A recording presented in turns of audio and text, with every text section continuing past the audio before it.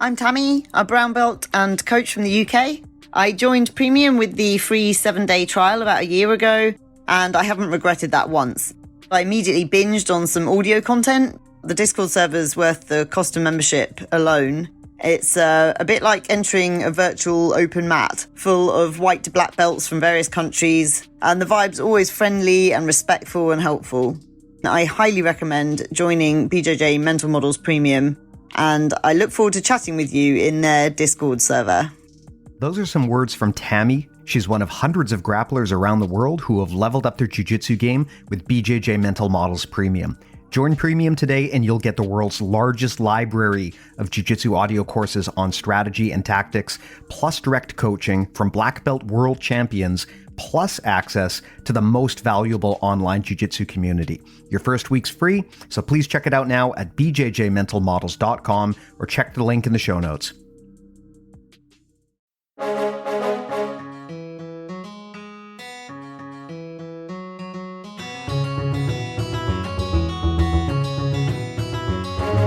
Hey, welcome to BJJ Mental Models, episode 249.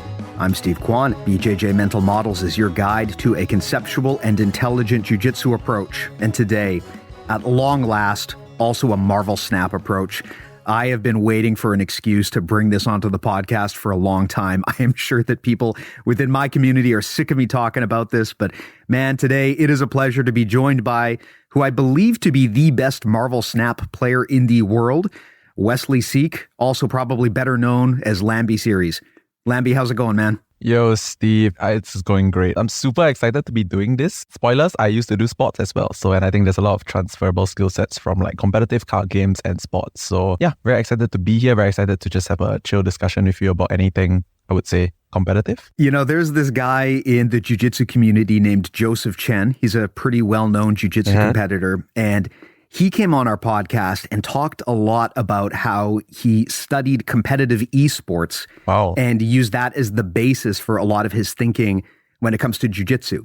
And one of the things we've always explored on this podcast is the intersections between different careers, different disciplines and pursuits, and trying to bring in the best lessons from all of these different places. Because I really believe that competitive strategy is kind of universal. You know, if you want to know how to compete well, a lot of those lessons are transferable. And I am just so into the idea of strategy games like Marvel Snap.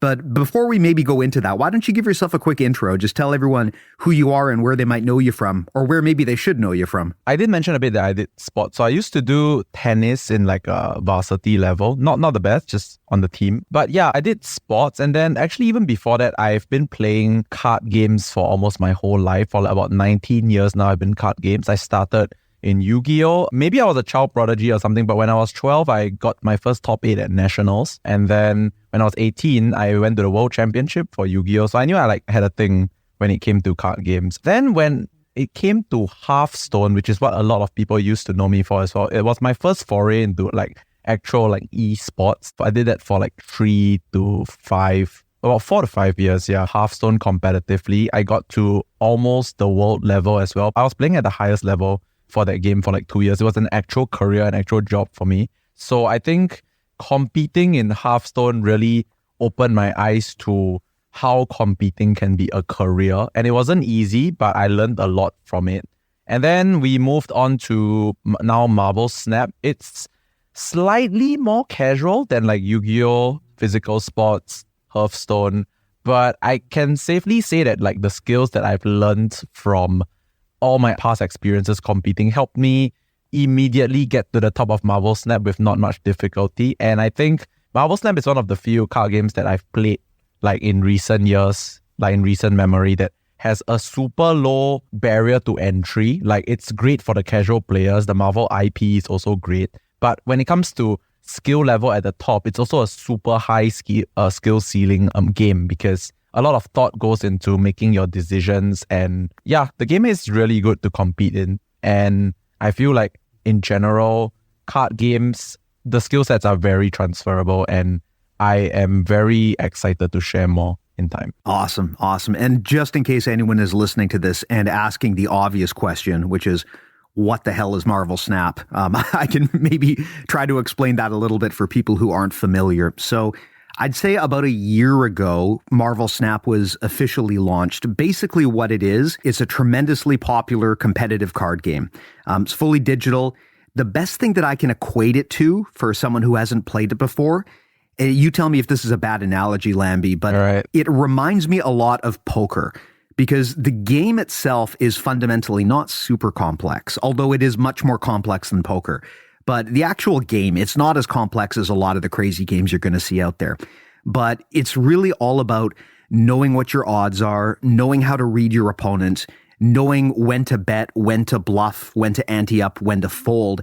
That's really the crux of the game. And that's kind of, I think, where the strategic element really unlocks, is when you realize it's not just about playing this one game and winning. It's about playing perhaps an entire series of games and learning to read your opponent and to bluff them and to beat them strategically. Is that a fair say that it's kind of like a modern digital poker? The funny thing is that you hit the nail exactly on the head. Like, to me, this game is literally marble poker. I mean, like, at the highest level, it quite literally is just marble poker, which is, like I said, it's low barrier to entry because like the core gameplay of the game, as you mentioned as well, is like super easy to pick up. The games are also very fast. It takes like 2 minutes for a game. But like at the highest level, it's not even anything to do. Like I feel like it's like literally almost nothing to do with like playing the cards. It's playing your opponent. Because in poker, like Marvel's, like, because I play a bit of poker casually as well. It's about like raising, folding, knowing what are your odds, risk management, knowing when you're beat, knowing when your opponent is bluffing, knowing when they are weak, knowing when you are stronger than them. All these little things and decision-making processes, how you come on top in Marvel Snap. And you notice that like when I've described that whole list, none of it is actually talking a single thing about a single Marvel Snap card, because the highest level has nothing to do with the cards. It's all about playing the player. And that is exactly what I wanted to talk to you about. I love this game because for me, it fits into my life perfectly.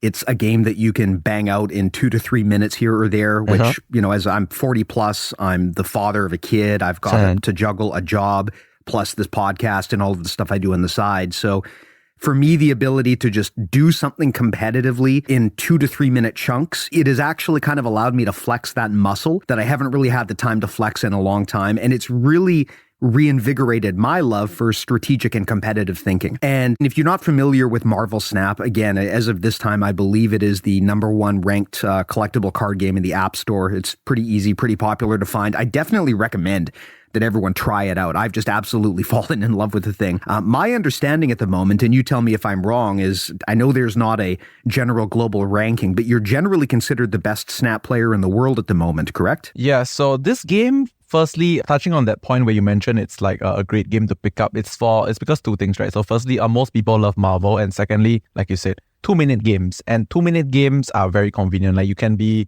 walking to lunch from your like job and then you finish a game, right? That's super convenient. And yes, I would say generally I would be the most well-known competitive Marvel Snap player in the world right now. And some would even say the best because like prize money wise, I've won a lot. Probably as of time of recording this, it's the second highest. I was actually the highest prize money earner in this game up till like 3 days ago. But the person that overtook me was my friend as well. So that was great. But yeah, I think when it comes to sharing competitive knowledge on like my streams, my Twitter, and also like meta defining decks, like creating like the meta of Marvel Snap, I think I'm like second to none currently.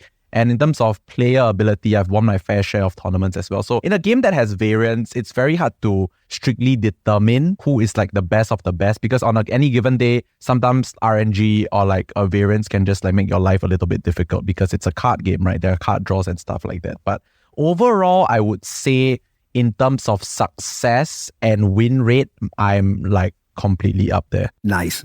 Yeah. And something that you have been talking about a lot recently, which I'd love to explore here, is I've heard you say many times that you believe in creating luck and you believe that you can create luck for yourself.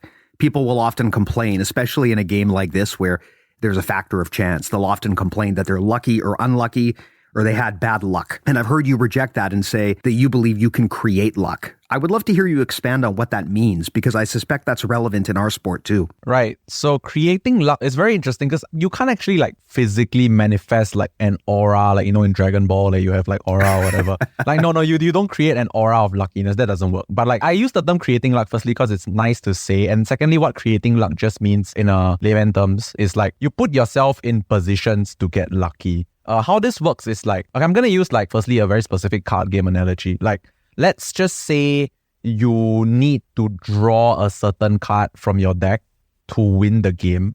So you need to know if it's even possible to draw that card, right? So what are the odds? 5 cards left in your deck, 1 card that you need to draw out of 5 cards. What is 1 out of 5? 20%. So creating luck in this sense is like knowing you have a 20% outer here. So is 20% outer good enough to win? Stuff like that. You need to ask yourself these questions. So like more on the creating luck, which is like, long story short, you really need to put yourself in positions to get lucky. Let's use a real life example as well. Like someone who's trying to find a job, right, in real life. Like he just got out of university, he wants to get employed. He complains that he cannot get a job. My thought to that is that, are you sending out enough resumes? Are you putting yourself in positions to be noticed? If you're not putting yourself in positions to be noticed, you've only sent like 10 resumes when you could be sending 50. Like, are you really putting yourself in enough positions to get lucky, to get the big break? So back to card games again, this just basically means that if you are not putting yourself in enough winning positions, like you look at your opponent, you are sensing weakness from your opponent, but you don't push the pressure, you don't apply the pressure. You give him time to draw more cards and get back at you. So that's not really being unlucky that he actually got back at you. It's because you didn't realize that you gave him extra time to get back at you. So long story short, creating luck is not actually really creating luck. It's actually putting yourself in positions to benefit from potentially getting fortunate. Now, how do you find those positions? Because in the example you brought up in a card game, you can learn to count cards. You can learn to remember. You can get to the point where you can say, Marvel Snap as an example, small card game, you get 12 cards in a deck. So you can count the cards. You can quite easily remember there's 3 cards left that I haven't drawn, so there is a 1 in 3 chance that I'm going to get this card I want. In real life, like you said, sometimes those factors are obscured to you. So in the case of a job interview, for example, you might not always know how many other people applied to the job. So sometimes the odds are kind of hidden from you.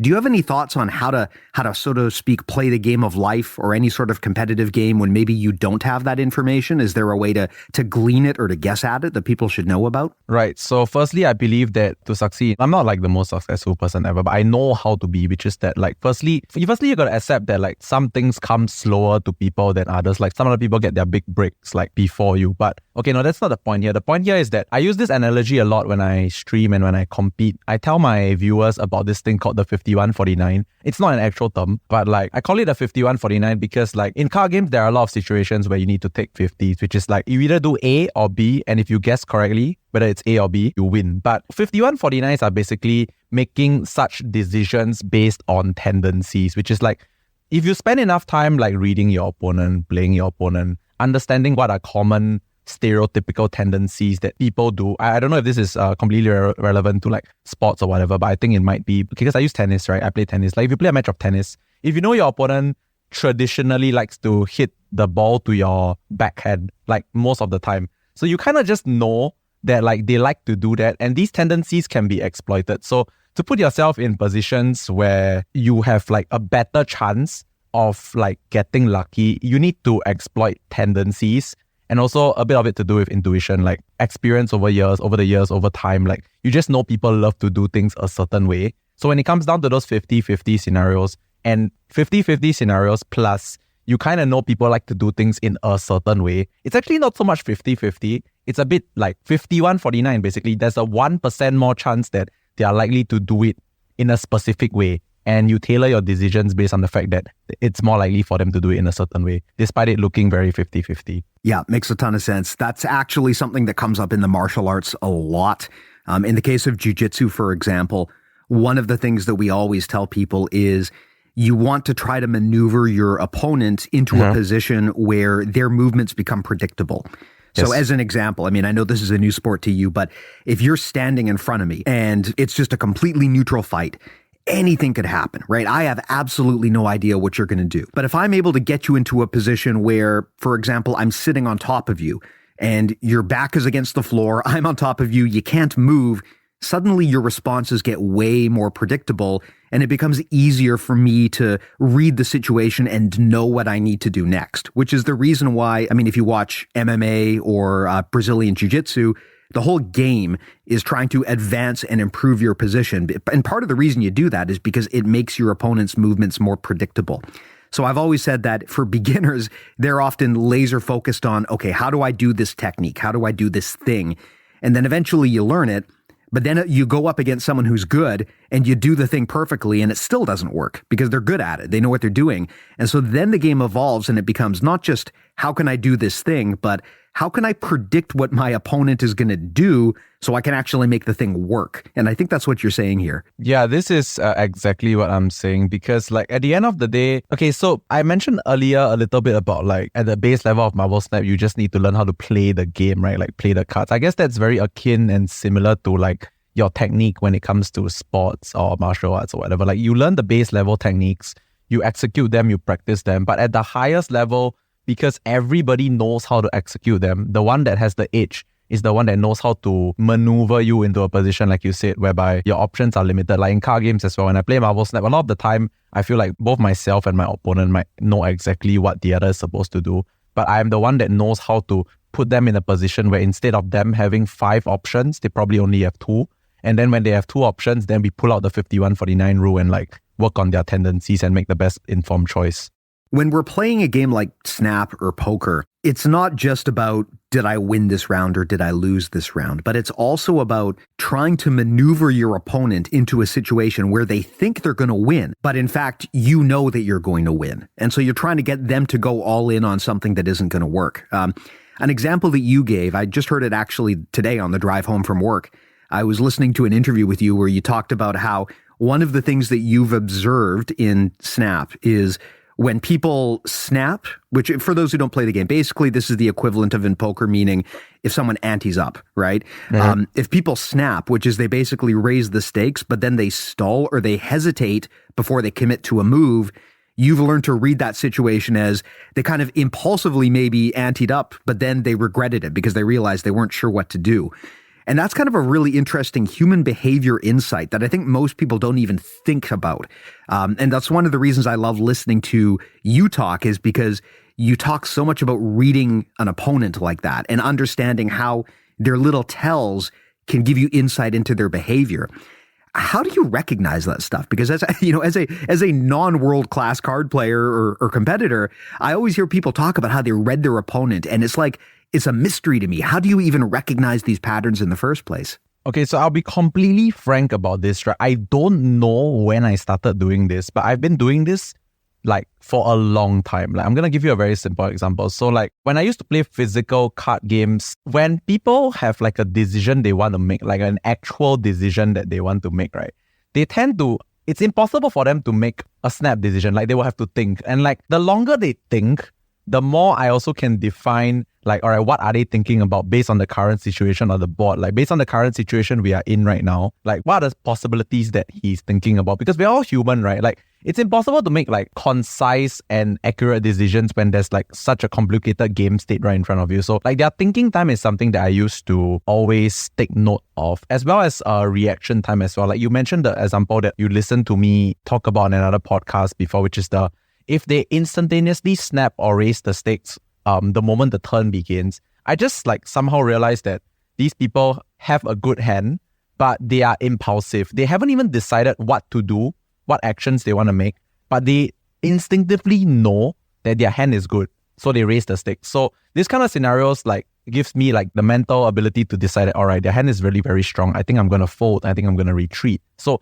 little things like that that I pick up on that have helped me get the better of my opponents. But of course, having said that, a lot of these things not always going to work. It's just like little tells that I pick up that help me to make a bit slightly more informed choices. I can give a relevant example from the martial arts here. So I remember when I was a white belt and I was just starting out, I was sparring with this more seasoned guy who'd been training for years and years and years. And he gave me some advice. As we were standing up and I grabbed him, he told me, Steve, you have to relax because I can tell you're afraid and you don't have confidence. And I remember thinking, whatever, Obi-Wan, you can't read minds. Sure. You don't know me. And 15 years later, now I'm training and I give the same advice to people. If I have to spar with a new person and they come up to me and they grab me, right? Because a big part of jiu-jitsu is you're using the person's fabric against them on their kimono. So if someone comes up and they try to grab me and I feel that they're tense, I know a few things right away. Number one, I know that they're not super experienced because experienced grapplers are never going to be tense. And number two, I know that they are afraid. I know that they're tense because they don't have confidence in their ability to execute a move. That's why they're tense. It's that fight or flight response. And I know it, and they know it, and they know that I know it. And so I'm already at a massive advantage.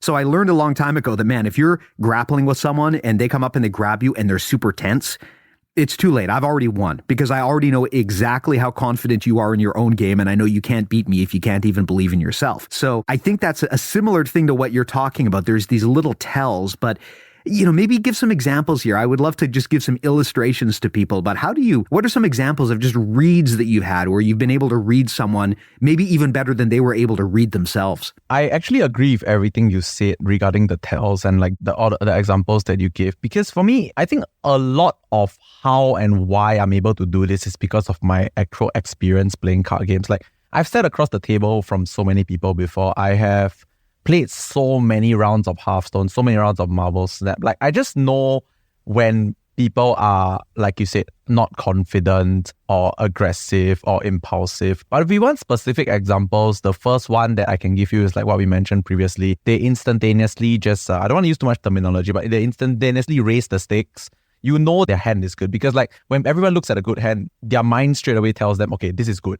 But those that actually physically act it out are the ones that can't really control their emotions. Because like, if you have a good hand, you're not supposed to show me you have a good hand. You're supposed to make me take the bait and fall for the fact that I thought you didn't have a good hand. So the people that impulsively just raise the stakes always give me the idea that don't know how to conceal their emotions. And also another thing to talk about is when you are in a position of lost. So in Marvel Snap, there is this thing whereby it's 10 health versus 10 health, and the goal is to deplete each player's health down to 0, for lack of a better explanation. Usually how this works is that if you are lost at the start, so let's say I have only 6 health left or 4 health left and my opponent still has 10 health, they relax. They subconsciously just relax and they might play a bit more conservative because they're like, oh, I'm already ahead.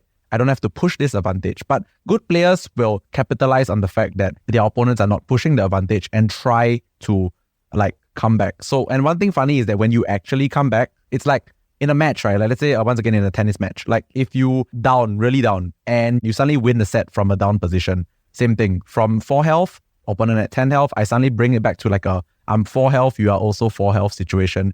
The person that was initially ahead will feel a lot of pressure. They'll feel very stressed. They'll feel very like, where did my lead go? I expected to win by now. And because I guess they didn't expect to be in a position where it's very neutral right now, they are actually losing in terms of momentum and tempo. Like if the fact that I came back from a position of difficulty puts me in the driver's seat. I have more tempo, I have more momentum. And if I know this, I can push the advantage and stress them out, make them sweat. Now, how do you play differently when you are at that massive disadvantage? Because I've seen you do this. I've seen you be down like, 8-0, and then you came back and won. And this is very applicable to jiu-jitsu. Jiu-jitsu is very much a point scoring game in a lot of cases. It's very hard to actually get a submission on someone who's really good. So a lot of the time at the high levels, it comes down to who is more dominant positionally. And what often happens is, if we start a jiu-jitsu match and right out of the gate, I just have a bad first 20 seconds, maybe you take me down and then you sit on top of me, I can wind up at a point deficit that feels like it's impossible to overcome. Do you play differently or do anything different when you're running at a disadvantage like that? Or is part of your strategy to just stay cool and be consistent no matter what? It's a few things. I'm going to try my best not to talk about Marvel Snap specific ways of winning. I'm just going to talk about winning from a bad position in general, which is, I feel like when you are down, like you say, the first 20 seconds and you get a bad start and you drop like a lot of like points or health or whatever, I think you need to firstly remember, and this is something that I learned over time, like it's easy to say, not easy to do, which is the game is actually not over. Because sometimes you feel like if you get a bad start, it's just over, it's done, it's impossible. But the moment you think that and let it manifest, you really just lose. So I think one thing that I've trained myself to do over time is that even though I'm in a bad position, I remind myself that like bad odds are not zero. It's just bad, but it's not done. So I constantly remind myself to focus on trying to win first. Like it's easier said than done, but like the literal thing that I have in my head every time I'm down is like, all right, how do I win this next game? How do I win this next game? How do I win this next game? I try my best to block out all thoughts of, oh no, I have lost. You know, this kind of things is really from a position of like deficit when you're really down. It's really not about physically like playing better at that point in time. It's more about getting your mind in a position whereby, because like you've done the prep work, you've done the practice, you know you're a good player, but the only thing that's stopping you from actually coming back is your mind telling you you've lost. So I always try to tell myself that this is not over yet. And one thing that when it comes to like actual like playing my cards that I do that has helped me win from a losing position is a bit about risk management, because I know that like if I'm already very down, I have to take absurd risk. I don't know if this applies to like martial arts or whatever, but like I tend to be very good at looking and figuring out what are the most absurd things I can do to hopefully win. Because like if you play safe, your opponent's just going to gradually whittle you down. So I'm literally saying that like I would think of all the ways and plays and patterns and things that I can do that if my opponent falls for it, I can come back. Like whether they actually fall for it or like get caught in my trap, I don't know. But like I can identify that they have to get caught in this trap, and what is this trap I need to set up that they have to get caught in. Whether it works or not is sadly not really within my control, but I know how to set up a trap for them to hopefully fall into for me to flip the situation. And I'm quite good at doing that. That absolutely is a concept, at least in Brazilian Jiu-Jitsu as well. Brazilian Jiu-Jitsu matches are generally not that long. A competitive match often is going to run 5 to 10 minutes, depending on your experience level. And so often you don't have the time to do everything you want to do. The clock is just as much your enemy as your opponent. So if you're down on points and you've got 60 seconds left, you might have to do crazy things that you wouldn't normally do if the clock weren't a factor, right? Because that idea of a Hail Mary is very applicable. And I like what you're talking about, how you're saying that you might go for the unorthodox, the crazy, the unusual in those situations, because in a neutral match, that's maybe not a great idea. But when you're coming from a deficit, that might be your best way to catch your opponent off guards. And the odds might actually be better to do something crazy like that at that point. Yeah, I think at the end of the day, one thing that I realize a lot of players, competitors are not doing enough, even at like a high level where I've played before, which is they stick to their textbook very often because the textbook works. But the thing is, the textbook doesn't work if you have to like the textbook plays work. But like, I feel like at the end of the day, a lot of the winning from a bad position is about just doing what you can do best and hope your opponent falls into your trap. Because if you're playing your normal game, like you said,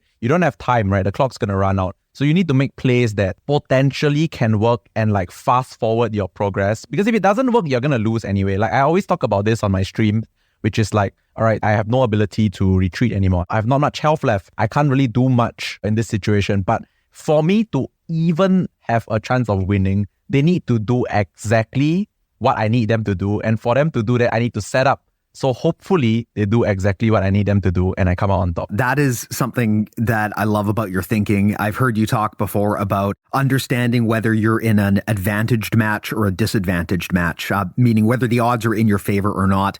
The example I heard you talk about was if you know what kind of game you're playing, if you know, so in the case of a card game, if you know what cards you've got in your deck and you know what cards your opponent has in their deck, to some extent, competitive card games like that can be a bit of a game of rock, paper, scissors, that you might just be in a bad matchup where their style, so to speak, their choices and the game that they're playing just has a natural advantage over yours.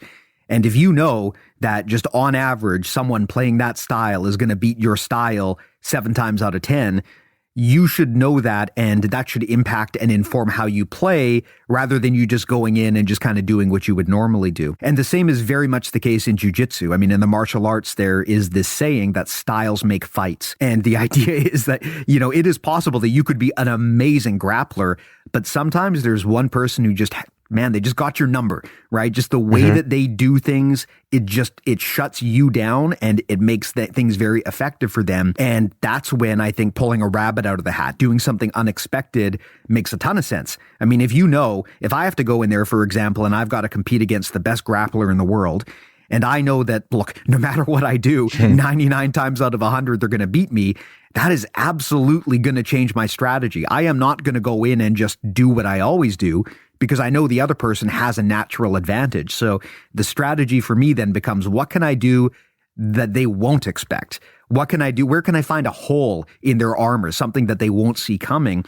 Not the best strategy most of the time, but again, when you're outgunned, it can be a very good way to think. Yeah, I totally agree. Like a lot of my wins, like I know I'm a generally better than average player than most players, but sometimes players just do things that you do not expect. Like you'll be surprised how many times I've caught off guard by a player doing something that's completely illogical and unexpected. But it's because if you know how things are supposed to go and someone just does a thing that is not textbook, you just get caught off guard for a little bit. Like I always say also on my streams, which is that I'd rather play against the deck or in your case, the opponent that plays the best stuff. But the thing is, this best stuff is common. Like the common way of doing things is probably better than the unorthodox way. But I'd rather play against that because I understand it completely and I know how to find my best percentages versus the best common thing.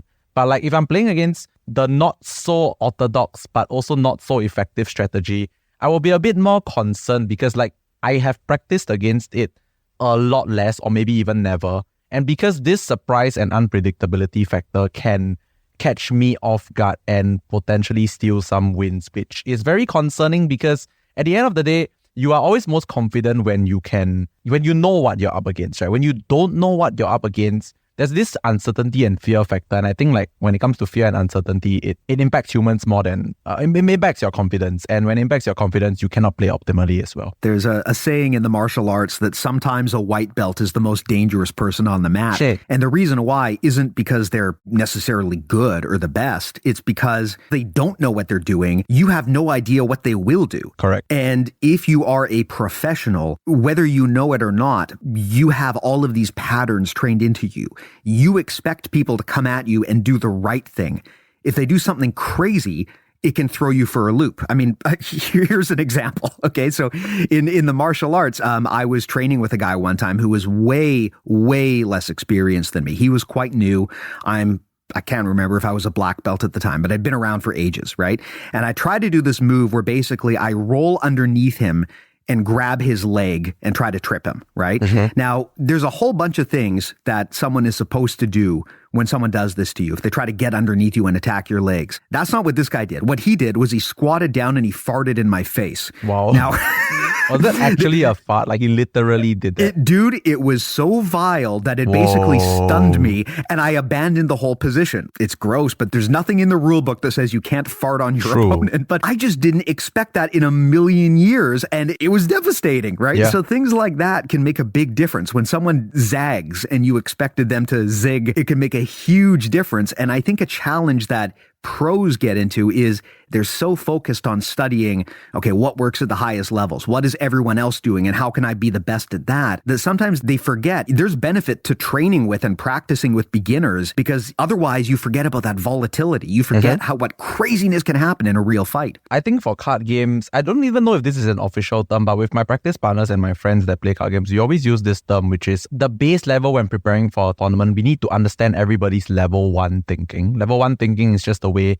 things are done, the base level. We need to know this when we prepare for a tournament. And then there's level 2 thinking. Level 2 thinking is basically how to beat the common strategy. And then there's even one more, which is level 3 thinking, which is how to beat the strategy that beats the common strategy. So you can go as many levels as you want. But at the end of the day, when your opponent rocks up in front of you and then after you play a few rounds, you kind of need to immediately identify what is their thinking level. If the person is using level 1 strategy only. There's no real reason to go level 3 because you're countering nothing. Just go level 2 and beat them. Like, of course, there's no way to know for sure what is their exact level, right? Because it's not an actual like physical measurement. It's just like a thought process. But you kind of just like basically need to know how skilled they are from like your first few like spars or like rounds with them.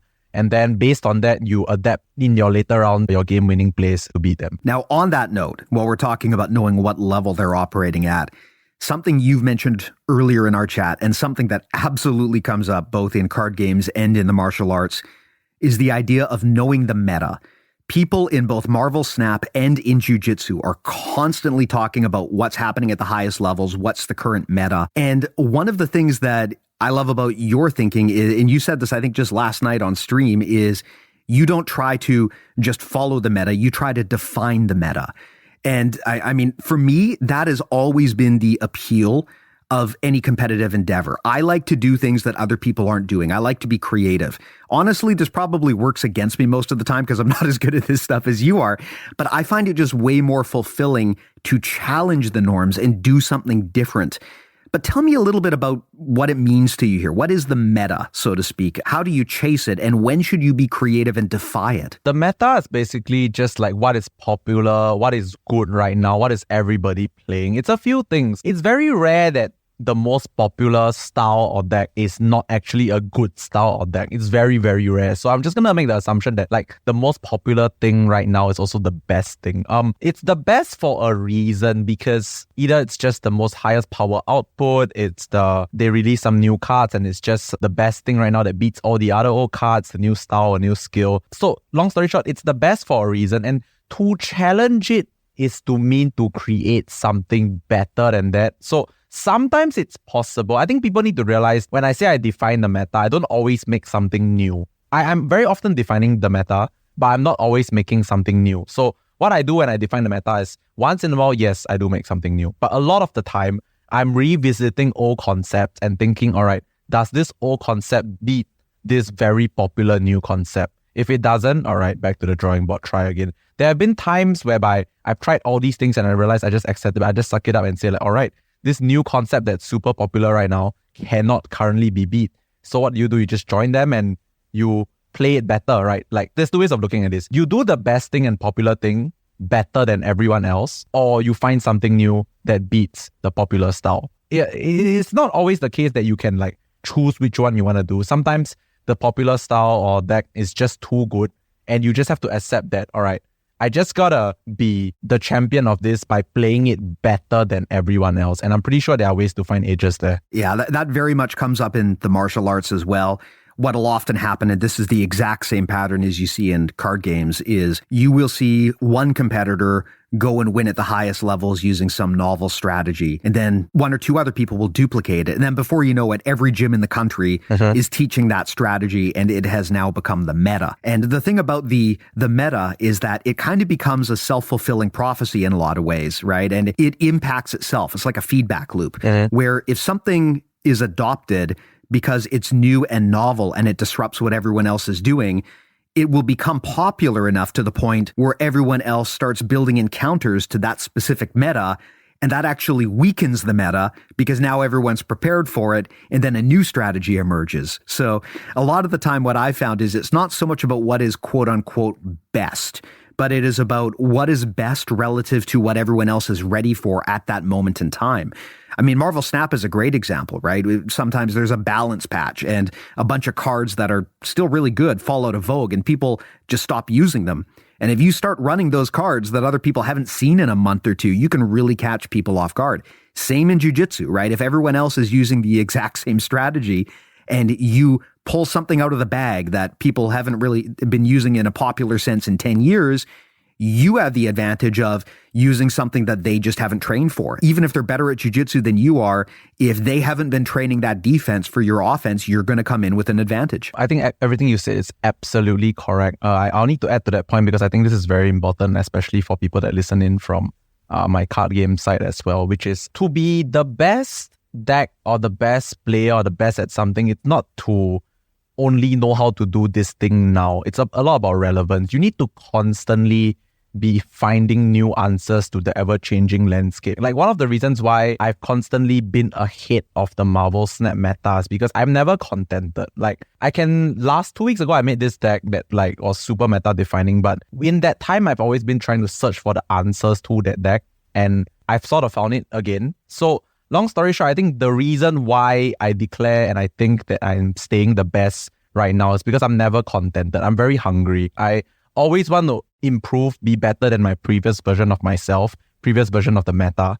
And I think one thing that stops people's growth, which I'm very glad that has not stopped my growth, is people thinking they are good and not thinking there's a way to improve, that no one can ever beat them. I feel like I'm very contented when someone comes up to me with a concept, a theory, an idea that just whoops my ass, and I'm just like, whoa, that was never something I thought of before. Then I absorb it like a sponge, and then I make it even better. So I think that's one of the biggest strengths of mine, which is I'm very willing to be a sponge and use the free information you give me from whooping me to get better than you. Yeah. In the martial arts, we sometimes call that investing in loss, the idea of reframing it so that when you do lose, you look at that as an investment in your future, right? It's an opportunity to learn and improve. It's a lot easier to improve when you're coming off of a loss because you've got really good feedback right there.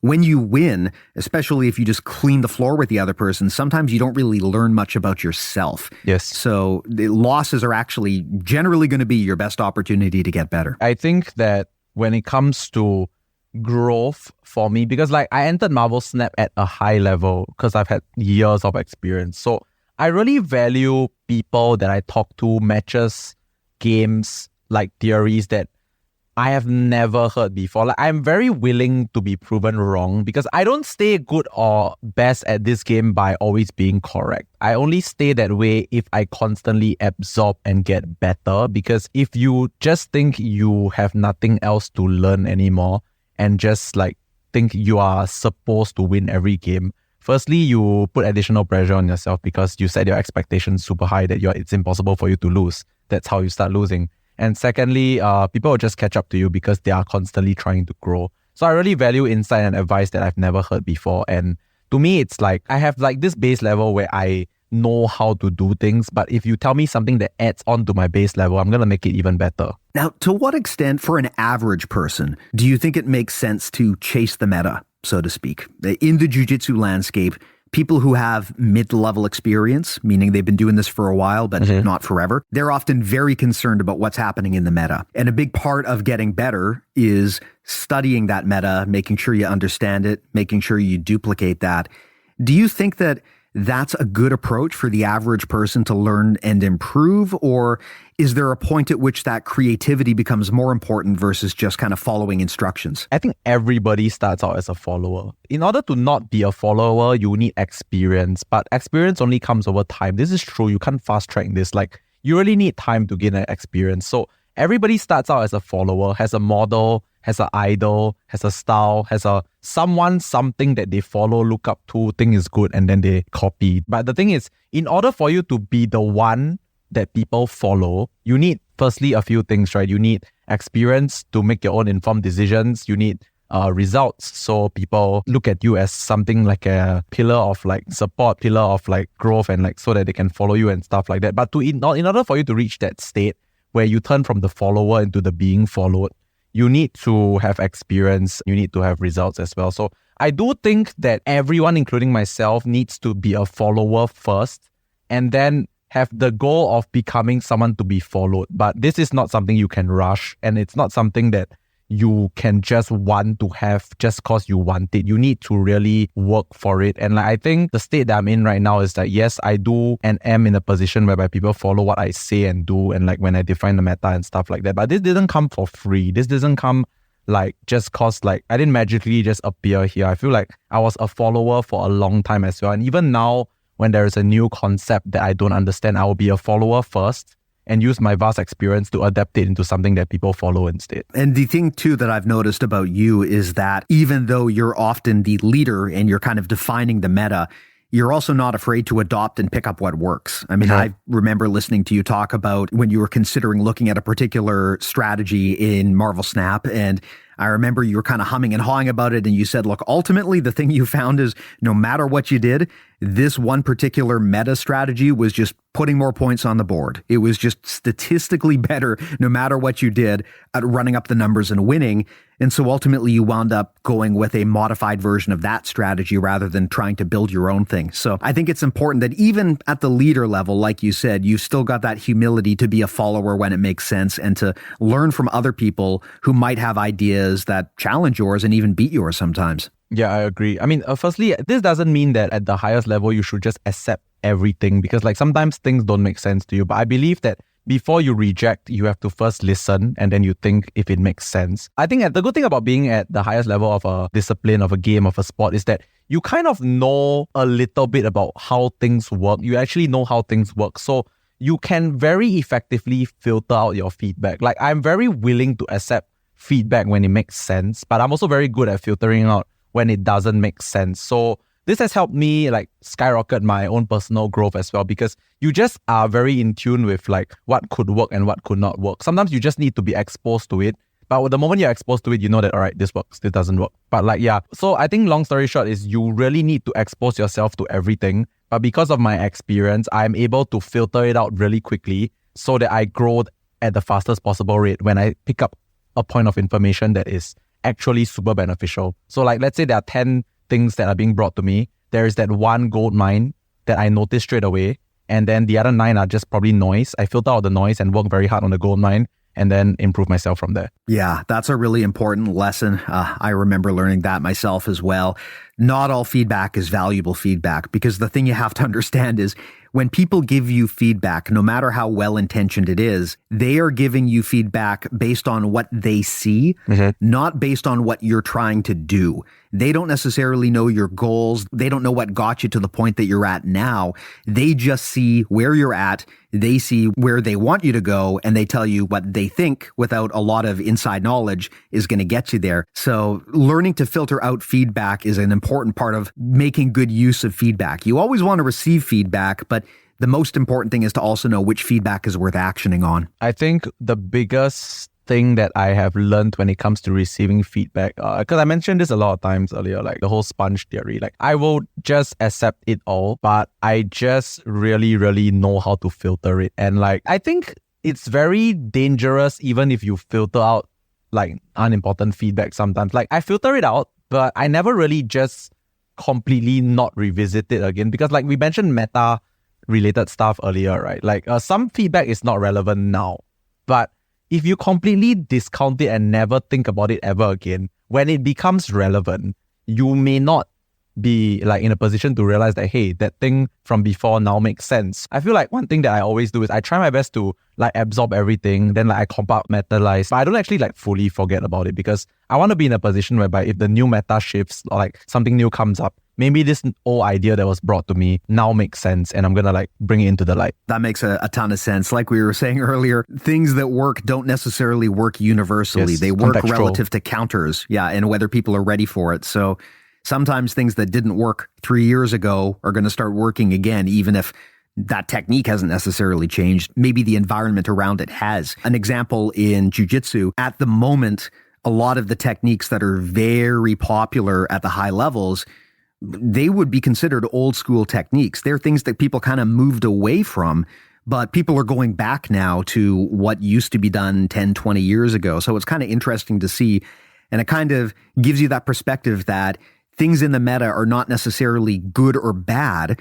They're effective relative to how prepared everyone else is for that thing. Yeah, I think good or bad is also 100% contextual. Like a lot of the things that I do in Marvel Snap are good now, but people like to ask me, because Marvel Snap is card acquisition game, so people actually use like real life money to buy like credits sometimes or like cards. So one thing that they always like to ask me is like, is this good now? Should I get this? Should I invest in this? Should I invest in that? A bit like stocks and stuff like that, for example. All I can tell them is most of the time is it's going to be good now because I'm doing it and I believe it's good. But if you want to wait for like the price to drop or whatever and then get it later, it could be irrelevant then. Because when it comes to giving advice in card games and Snap, giving advice about like the most informed decisions at this current point in time, it's only really for this current point in time. And like my advice doesn't always stand for the future. Like there can be this pile of cards that is insanely, absurdly horrible now. But like if the game developers change one thing, like just one thing, it's going to become amazing. So I think all these kind of like best advice scenarios is contextual. It's very rarely evergreen, but yeah, that's why I'm working on like some content that could be actually evergreen, but like very rarely it is actually evergreen. Absolutely. Now, hey, something I want to ask you, this is something that is definitely common to both card games and the martial arts.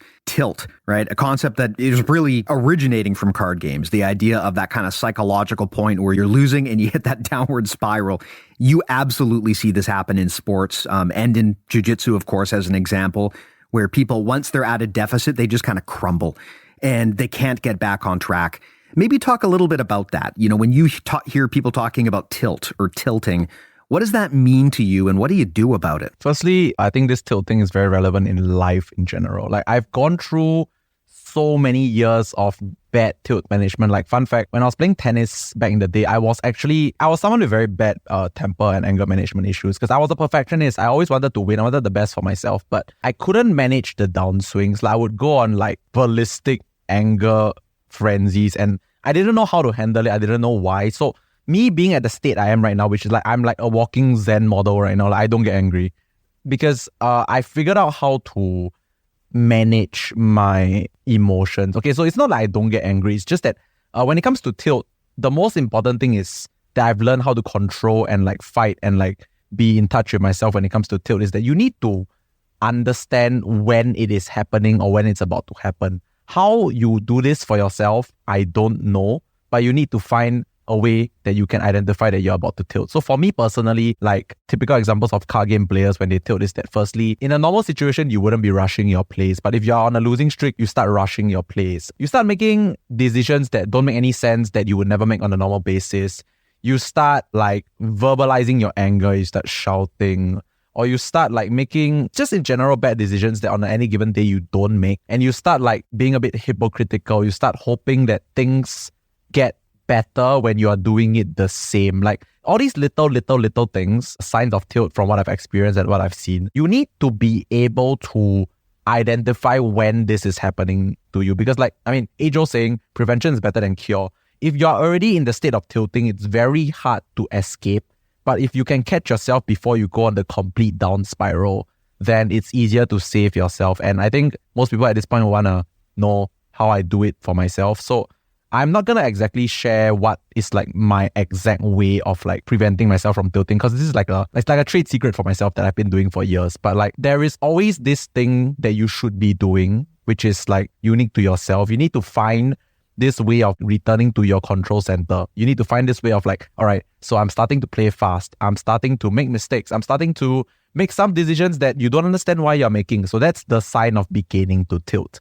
When you notice these things, you need to be able to tell yourself and find your control center again. You need to have a thing that you can do. I always use the Inception example of you need to have this like totem where you can spin to know that you're still in reality, but it's not exactly that. You need to be able to have this thing which you always do to let yourself be back in control, because once you lose control of your emotions, everything goes crazy. So find the thing, at least for me, I have my thing, but you should find your own thing which lets you retain control of your emotions. It could be anything. It could be very simple. Some people go for a walk. Some people go get a drink of water. Some people just like breathe. Some people do push-ups, sit-ups. Like do the thing that lets you feel you are still in control. And most of the time, your tilt will not be too drastic. Yeah, that's amazing advice. I also like how you bring up the importance of it being personalized. Yes. Everyone has advice on how to meditate and calm down, but I mean, look, being inside your own head is a very personal experience. Yep. It's going to be different for everybody, and you'll find something that works, right? And there's a great book called The Art of Learning by Josh Waitskin. Mm-hmm. Interestingly, in addition to being a competitive martial artist and a jiu-jitsu black belt, he is also a chess master. Wow. So bit of crossover there too. And he talks about this quite a lot. He calls it building your triggers. Yes. And he gives some examples of understanding when something is happening that is making you tilt and having a ritual or routine that you can do that gets you back into the flow state.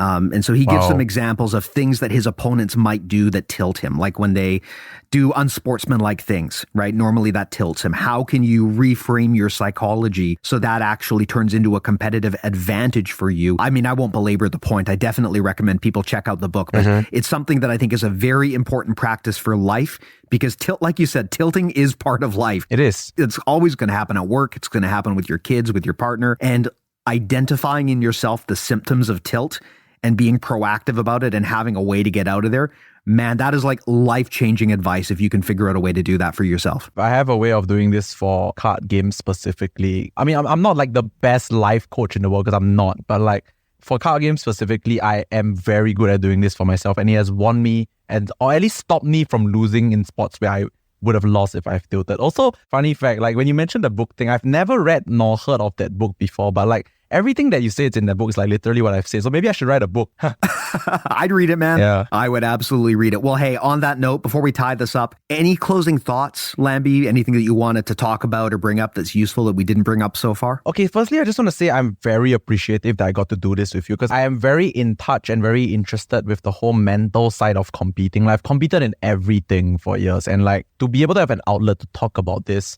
where it's rare that I get to do such in-depth, like deep dive into all these kind of topics. Plus the questions you asked me really helped me to like explain my thought process. So I'm really super appreciative for this. I would love to do more, but at the same time, I don't think there is anything else in particular that I would need to talk about right now, except I feel when it comes to competing in general, it's not, well, this probably was said a bit earlier, but in like different parts, but it's really not about doing something exceptionally different at the highest level. Because at the highest level, everyone knows how to do the thing, right? Because we've all practiced, we've all learned, we've all like spent like the last 10 years for this moment or whatever. But like at the highest level, it's really about keeping your mental in check because everyone does the same thing. The one that wins is the one that does the same thing in the most pressured situations. Like you can realize, I gotta add a point, which is people tend to do weird things under pressure. Like under pressure, some people get like, because of the fear of losing, right? They take less risk, they take too much risk, they rush, they don't rationally think about how to do certain things. It's not that they don't know that they should be doing certain things. Like the highest level competitors all know what to do. It's just whether you can do it under immense stress, because stress is what screws you, like your mind. It screws your thought process. It screws your muscle memory because it's not actually ingrained inside you. Sometimes when things are looking bad, you tend to turtle and you tend to do things that like you would never do on a regular basis because of fear. And I think at the highest level, you are winning over another opponent if you fear less than them, if you can go out your daily operations more than them at the highest level, and that would probably put you on top. So yeah, I think that's about it. That's all I want to add. Thanks, man. Beautifully said. Now, if people want to follow you, contact you, get general strategic coaching from you, I know that that's something you offer. Where can they go about doing that? Right. So when it comes to coaching about like card games, mental prep or whatever, you can DM me on Discord at LambySeries, or you can DM me on Twitter at LambySeriesGG. If you're playing Marvel Snap as well, on LambySeriesGG on Twitter, you can have all the best insights that I will tweet out very often. And also, I think more importantly, if you guys want to like just like put a face to the name, a name to the face, you can watch me on Twitch at twitch.tv/LambySeriesTV. I stream about 4 times a week, EST 11:30 a.m. most of the time. So basically, graveyard shift for me, but I'm used to it. Yeah, so last but not least, I have a new YouTube channel at LambySeries Gaming. It's very Marvel Snap specific content, but like if you were to just like not understand Marvel Snap and like listen to me while you're making dinner or whatever, you will realize that some of the things I talk about are very similar to the stuff that I talk about like here right now. But no, that one is really very Marvel Snap specific. But if you would just want to check it out and drop me a sub, that would be great. Awesome. Well, thanks a lot, Lamby. As I always do, I will put all of those links in the show notes. So if people want to get in touch with Lamby, links are there. Just pop open your podcast player, hit info or description or whatever it is, and you go to the show notes and there will just be a link there. I'll also put a link to everything we make. I think everyone knows, but in case you don't, BJJMentalModels.com is the home for everything we do. Approaching 250 episodes of this thing now, all of them intended to be timeless evergreen talks on martial arts strategy, concepts, tactics, philosophy. It's all there for you and it's all completely free. You can also sign up for our amazing newsletter there. I really recommend everyone get on there because we've got some great thought pieces and other things that we send out there, as well as show notes for every episode. Definitely worth the read. And beyond that, of course, that's also where you can sign up for our premium service. BJJ Mental Models Premium. I know I talk about it all the time, but I'm telling you, if you haven't signed up, I definitely recommend checking it out. There's a free trial so that you can do it at no cost. It is literally your best opportunity to get access to an entire library of concepts and courses from some of the best minds in the sport, plus direct coaching from world champion black belts, no joke, plus access to our awesome community. And again, first week is free, so you can try it at no risk. It's getting close to Q4 here of 2023 as of this recording. People are coming back from the holidays. I know that jiu-jitsu people get lazy in the summer, and so you're probably all coming back and you've got goals. Please, if you haven't already, go to bjjmentalmodels.com. Check out all of that stuff there, especially premium. Pretty sure it's going to help you hit those goals by the end of the year. But Lamby, thanks a lot, man. As always, greatly appreciated. I love this chat. This was a bucket list one for me because, as I think everyone in our community knows, I am absolutely obsessed with this silly card game. So thanks so much for coming by and having the strategy talk. I think it's going to help a lot of people in both of our respective sports. Yeah, thank you so much for having me. This was really great for me as well. I'm excited to listen to this when it comes out. Yeah. Thanks, man. And thanks to all of the listeners too. Truly appreciate your time and attention as well. Thanks. Talk to you next time. Take care.